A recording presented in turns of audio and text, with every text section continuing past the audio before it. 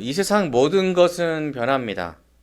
예전 신나게 보던 책들도 시간이 지나면은 재미가 없어지기도 하고 누렇게 탈색되기도 하고 또 잘 나가던 직업들도 이제 지금 뭐 시간이 지나고 나면은 사라지기도 하고 쇠락도 하게 됩니다. 세상을 쥐락펴락했던 영웅들도 있죠. 위인들도 있는데 이 사람들도 다 죽었습니다. 나라들도 굉장히 멋있었던 나라들, 세계를 제패했던 나라들도 쇠락하는 경우가 다 그렇게 사라집니다. 심지어 영원의 상징인 다이아몬드도 상처 입고 깨지기도 합니다. 세상의 것은 완전하지도 않고 영원하지도 않습니다. 그래서 이 히브리서의 말씀 가운데 하나님께서 맨 처음 우리에게 주셨던 율법도 완전하지 않기 때문에 폐하여지고 그에 따른 제사장도 폐하였다라고 이야기합니다. 사실 율법이 완전하지 않다 이것은 아니고 율법은 완전하나 그것을 지키는 이가 완전하지 않기에 그 율법을 지킬 수 없는 그 첫 번째 단계에서 폐하여진다라는 그 뜻입니다. 그래서 세상은 우리에게 뭐라고 이야기하냐면 절대적인 것은 없다. 그리고 불완전한 것들이 많은 이 세상에서는 사람이 최고다라고 이야기합니다. 불완전하기 때문에 극복할 수 있는 것들 중에 가장 지식이 뛰어난 인간들의 모임이야말로 사람이야말로 이 불완전한 세상을 어떻게든 고쳐가지고 나아갈 수 있다라고 인간이 중심적인 생각으로 지금 몇백 년간 그렇게 이야기를 하고 있습니다. 그런데 이 말이 모순이 있는데 무엇이냐면 불완전한 것이 완전한 것을 이룰 수 없다는 겁니다. 인간 그 어느 누구도 인간이 모였다 한들 그 불완전한 요소는 제거되지 않습니다. 그래서 우리한테는 완전한 것이 필요하고 영원한 것이 필요하죠. 바로 하나님이 필요합니다. 그리고 하나님께 나아갈 수 있는 영원한 대제사장이 필요합니다. 바로 대제사장 예수님이 필요합니다. 그래서 여러분에게 이 질문을 합니다. 예수님은 영원하시다. 이 말씀을 여러분 믿고 계십니까? 여러분은 예수님이 영원하시다. 이 말씀을 들었을 때에 그래 예수님은 영원하지 라고 이 말씀에 긍정을 하십니까? 아니면 예수님이 영원할까? 라는 질문을 하십니까? 근데 오늘 말씀은 하나님께서 예수님께서 영원하시다. 이것을 보증하신다라고 말씀합니다. 우리 20절과 21절을 한번 보겠습니다. 제가 읽어드릴게요. 또 예수께서 제사장이 되신 것은 맹세 없이 된 것이 아니니 그들은 맹세 없이 제사장이 되었으되 오직 예수는 자기에게 말씀하신 이로 말미암아 맹세로 되신 것이라. 주께서 맹세하시고 뉘우치지 아니하시리니 내가 영원히 제사장이라 하셨도다. 아멘. 자, 예수님께서 제사장이 되신 것은 맹세 없이 된 것이 아니다라고 이야기합니다. 그러니까 예수님의 제사장 된 것은 하나님께서 맹세하셨기 때문에 이것이 이루어진 것이다라는 겁니다. 사람의 맹세는 언제든지 뒤집을 수 있습니다. 뭐 보증을 했던 간에 사람은 내가 죽어도 그거 못하겠다 하면은 그 맹세는 뒤집어지는데 하나님의 맹세는 절대 변하지 않습니다. 하나님의 그 성품 중에 하나님은 의로우시다라는 것과 하나님은 신실하시다라는 것을 우리는 알고 있죠. 그래서 이것은 하나님께서는 절대로 변개하시거나 변하시거나 아니면은 뭔가 마음의 심중이 바뀌어가지고 내가 이것을 하겠다 한 것을 뒤집는 분이 아니라는 것입니다. 그래서 이 말은 반대로 변하거나 의미가 퇴락되거나 아니면 뭔가 변동이 있다는 것은 하나님이 아니라는 겁니다. 정말 중요한 의미이고 하나님의 속성입니다. 근데 이런 하나님께서 맹세하신 겁니다. 시편 110편 4절에 나오는 맹세를 사용해서 예수님께서 제사장으로 항상 계실 것을 오늘 말씀을 통하여서 드러내 주시는 거죠. 그래, 내가 지금 맹세하는 거야. 하나님인 내가 너희한테 맹세하고 있는 거야. 이것입니다. 너는 멜기세덱의 반차를 쫓아 영원한 제사장이라 라고 확정해 주시는 겁니다. 그래서 21절 뒤에는 그들은 맹세 없이 제사장이 되었으니 여기에는 이 영원한 맹세를 통하여서 제사장이 된 예수님과 대비되어서 대조돼서 아론과 그 아들들은 맹세로 맺어진 존재가 아니라는 겁니다. 그러니까 인간을 지금 너무나 높이고 있는 중입니다. 이 히브리인들이 유대인들이 제사장들을 하나님과 연결시켜주는 가장 중요한 자리로 여겨서 아주 높여주고 있습니다. 그런데 그들은 하나님께서 맹세하셔서 영원히 유지되는 그런 직분이 아니라는 것을 얘기하는 겁니다.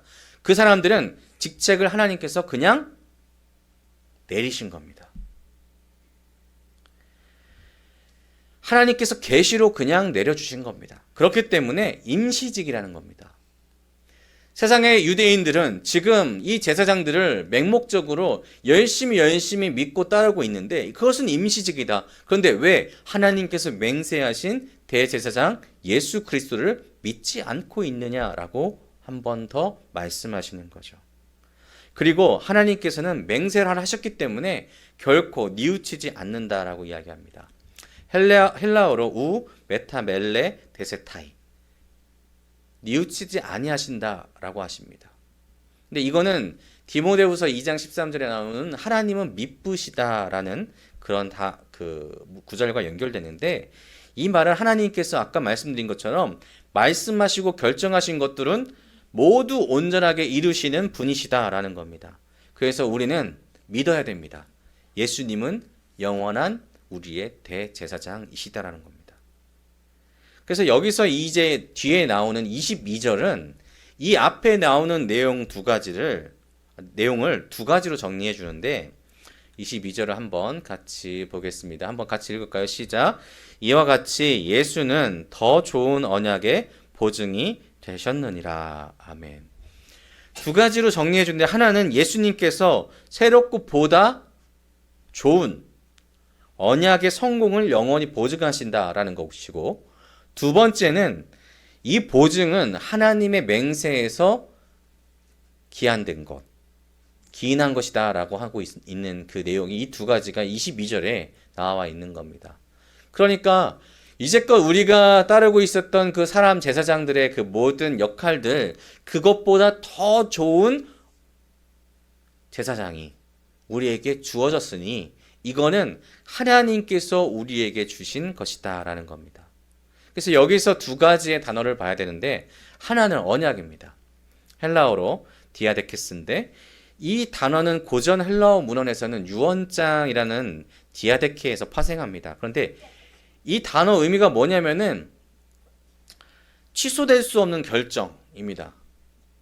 그래서 구약 헬라어 번역 이 70인역에서는 히브리어 페레트의 역어로 사용되는데, 이 페레트는 주로 국가 간의 그 약속을 얘기하는데, 여러분 생각해 보세요. 국가와 국가 간의 약속을 맺었습니다. 그러면 현재 사회에서는 국가와 국가 간의 그 약조가 가장 큰 영향력을 미치죠. 가장 강력한 영향이 있습니다. 강력하게 구속되는 것을 이야기합니다. 그런데 이것보다 강력한 단어가 바로 이 단어였던 겁니다. 그런데 이 신약에서는 약 23번 등장하는데 이 히브리서에만 17번 등장합니다. 그러니까 지금 여러분에게 계속해서 히브리서 기자는 얘기하고 있는 겁니다.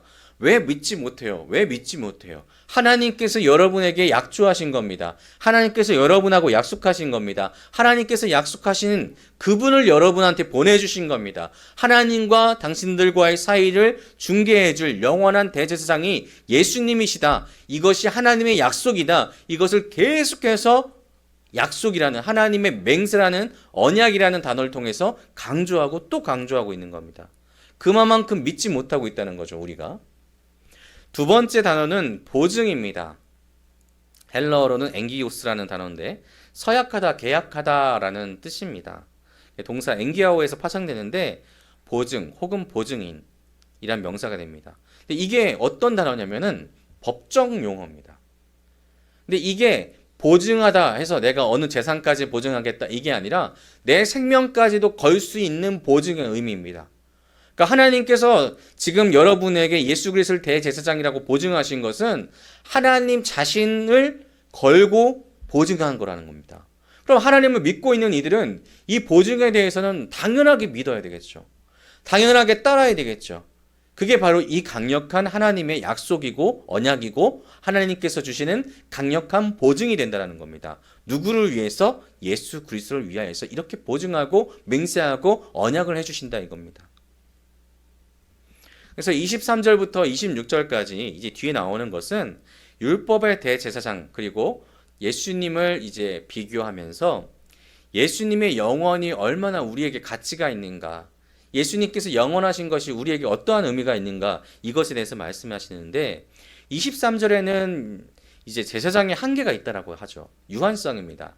23절에 제사장이 된 그들의 수요가 많은 것은 죽음으로 말미암아 항상 잊지 못함이로되. 아멘. 이 말은 뭐냐면 사람은 누구나 죽죠. 근데 인간 제사장들은 누구나 죽는 그 대열에 같이 있다는 겁니다. 그들은 죽습니다. 그들도 죽어요. 그래서 그들이 수요가 많은 것, 레위 제사장들이 많을 수밖에 없는 거는 인간이라서 죽기 때문에 대가 끊어질까 염려하여서 사람이 많은 겁니다. 그런데 문제는 이렇게 준비되어 있음에도 불구하고 이 제사장 직분이 나중에는 끊긴다는 겁니다. 레위 제사장 직분이 끊겨요. 그리고 그 뒤에 정치적인 그런 제사장들이 후에 이스라엘 이 유대 예수님이 계셨던 그때에는 이제 정치적인 제사장들이 세워진 상태입니다. 그래서 이 사람들이 하나님을 온전하게 섬길까요? 아니라는 겁니다.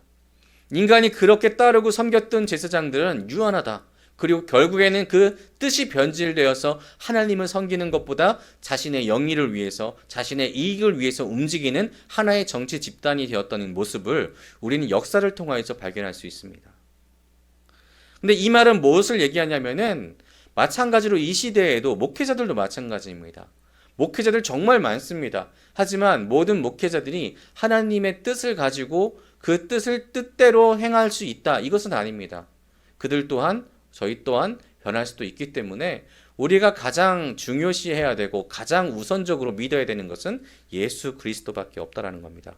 그래서 24절을 보면 예수는 영원히 계심으로 그 제사장 직분도 갈리지 아니하느니라. 아멘. 제사장의 직분의 그 직무가 끊길 위험이 전혀 없다라는 겁니다. 왜냐하면 영원하시기 때문입니다. 유일하게 하나님과 직접적으로 화목제를 드리실 수 있는 분은 예수님입니다. 그래서 이때의 제사장들보다, 레위 계통의 제사장들보다 더 하나님과 백성을, 하나님의 자녀들과 연결할 수 있는 존재는 누구다? 예수 그리스도밖에 없다. 그리고 예수님은 영원하시기 때문에 하나님과 우리와의 통로가 끊일 일이 없다라고 말씀하고 있는 겁니다. 유일한 분이시죠. 그래서 25절을 우리 함께 한번 보겠습니다. 시작. 그러므로 자기를 힘입어 하나님께 나아가는 자들을 온전히 구원하실 수 있으니 이는 그가 항상 살아계셔서 그들을 위하여 간구하심이라. 아멘. 우리가 말씀 가운데 예수님께서 이 제사장의 직분을 맡으신 다음에 예수님이 그 십자가에서 죽음을 당하시죠. 그리고 자기의 몸을 하나님께 십자가를 통하여서 제물로 드립니다. 예수 그리스도의 피가 그 땅 가운데 적셔지죠. 그런 다음에 우리가 기억해야 될 가장 중요한 장면은 뭐냐면 휘장이 찢어지는 장면입니다. 이 장면이 정말로 중요한 이유는 우리는 그 휘장 가운데에서 앞으로 더 이상 나갈 수 없었던 존재입니다. 그러니까 인간 제사장이 필요했고 인간 제사장이 홀로 들어가서 하나님을 영접하고 또 제물을 드리는 그런 일들 외에는 하나님께 나아갈 수가 없었는데 여러분 지금은 어떻습니까? 예수 그리스도를 통하여서 오늘 이 기도회에서도 여러분 예수님을 통하여서 기도할 수 있는 겁니다. 하나님을 아버지라고 부를 수 있는 이유는 다른 것이 아닙니다. 예수님께서 지금도 살아계시고 지금도 대제사장으로 우리를 하나님 앞으로 인도해 주시기 때문이죠. 그래서 항상 살아계셔서 우리를 위하여서 간구하시는 예수님이 계시기 때문에 우리는 지금도 하나님을 느낄 수 있고 하나님 앞에 나갈 수 있고 하나님께 투정 부릴 수 있고 하나님께 부르짖을 수 있고 하나님 앞에서 눈물 흘릴 수 있는 그런 존재가 될 수 있는 겁니다. 예수님 없이는 할 수 있다 없다? 그렇죠. 없습니다. 자, 그렇다면 한 가지 더 질문을 하려고 합니다. 예수님께서는 완전하신 분이신데 여러분 이 사실을 여러분 믿고 계실까요? 아멘이시죠. 예수님께서는 완전하신 분입니다. 왜 그럴까요? 예수님께서는 하나님이시기 때문입니다. 성자 하나님이시기 때문입니다. 그래서 세상에는 완전한 것이 없다라고 아까 말씀드렸습니다. 우리가 정말로 완전하다, 정말로 아름답다라고 했던 다이아몬드도 언젠간 부셔집니다. 세상에 가장 단단한 어떠한 물질도 세상이 변화되면 그것 또한 변하게 되게 됩니다. 그리고 특히나 우리 인간에 있어서는 죄에 있어서 자유한 이가 한 명도 없습니다. 오늘 하루만 해도 여러분 죄를 안 지으신 분이 있나요? 우리 마음 중에 있는 죄를 짓는 그런 우리의 일상을 살아갑니다. 하지만 예수님께서는 죄로부터 완전하게 자유하시죠. 죄가 없으십니다. 그래서 우리를 위해서 하나님께 중보하실 수 있는 피의 제물이 되실 수 있었던 겁니다. 26절을 보면 이러한 대제사장은 우리에게 합당하니 거룩하고 악이 없고 더러움이 없고 죄인에게서 떠나 계시고 하늘보다 높이 되신 이라 라고 말씀합니다. 어떤 대제사장이 우리에게 합당하냐면 완전하신 예수님이 합당하다는 겁니다. 하나님 앞에서는 거룩하십니다. 근데 이거는 하나님한테만 사용할 수 있는 단어입니다. 그래서 거룩하신 하나님 이렇게 되는 거죠. 우리는 거룩함을 따르는 겁니다. 거룩하여지기 위해서 노력하는 건데 우리한테는 그 거룩이란 단어가 합당하지 않지만 하나님께만 합당한 이 단어가 예수님께도 합당하다는 겁니다. 하나님이시기 때문에. 그 다음에 악이 없으시죠. 죄가 없으신 분입니다. 그리고 더러움이 없으십니다. 하나님께로 나아가는 데 있어서 어떠한 방해물도 없다는 겁니다. 예수 그리스도께서는 하나님과 함께 하십니다. 또 죄인에게서 떠나 계시죠. 사단의 세력과 어떠한 접점도 없습니다. 오히려 사단이 유혹해 올 때, 사단이 침략해 올 때에 그것을 맞서 싸워 이기시는 우리의 대장 되신 분이 바로 예수 그리스도이십니다. 그리고 하늘보다 높으신 분이시죠. 하늘은 이 땅 어떠한 피조물보다 높은 것을 의미합니다. 가장 높은 것을 의미하죠. 근데 그보다 높다는 표현은 비교 불가라는 겁니다. 천사들보다 높다는 겁니다. 이 히브리서에서 얘기하고 있는 천사, 모세, 아브라함, 그 어떤 존재보다 제사장들보다도 훨씬 더 높고 완벽하신 이가 예수님이시라는 겁니다.